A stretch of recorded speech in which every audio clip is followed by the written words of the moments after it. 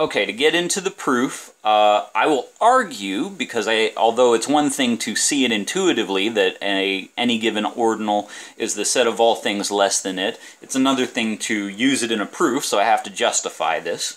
In order to do so, I will select an arbitrary element out of alpha, argue that it is in this set, and then do the reverse. Okay. For an arbitrary epsilon in alpha, well, we know that gamma, the minimum of beta minus alpha, we know that this cannot be equal to epsilon because gamma is not in alpha. So now I would like to argue that epsilon is less than gamma. That's ultimately my goal here, because that would tell me that it is in this set, that the set of things less than gamma. So, suppose for contradiction that we have the reverse. I already know that equality does not hold. If I could just eliminate the possibility that gamma less than epsilon, I would have exactly what I want. Well, we know that the ordering relation is transitive and that epsilon is less than alpha according to all of this, and, inheriting the ordering relation from beta. From here, we could say that by transitivity, gamma is less than alpha, but this implies that gamma is in alpha. We already knew that that's not true. There's our contradiction. The only possibility which remains is epsilon less than gamma, so we have shown that alpha is a subset of the set of things less than it. Now we need to show the reverse.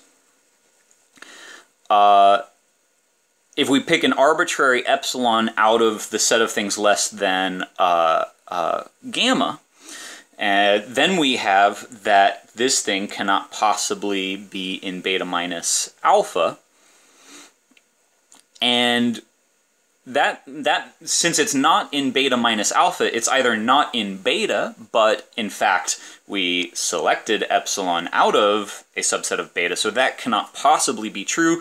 The only remaining option is that beta must be in alpha, right? That's the only way for the only remaining way for epsilon to not be in beta minus alpha, and we have the desired result. So there you have it. That's the showing inclusion or subset in both directions. So we now know that alpha is the set of all elements of beta less than gamma. Okay. Now we would like to show that alpha just is equal to gamma. Well, that is to show that they contain each other. So suppose that epsilon is in alpha, then we have that epsilon is less than gamma, therefore epsilon is in gamma. The reverse proof is pretty similar, also using elements of what I just said, but just to be fast about it, we now have the mutual subset, and therefore they are equal.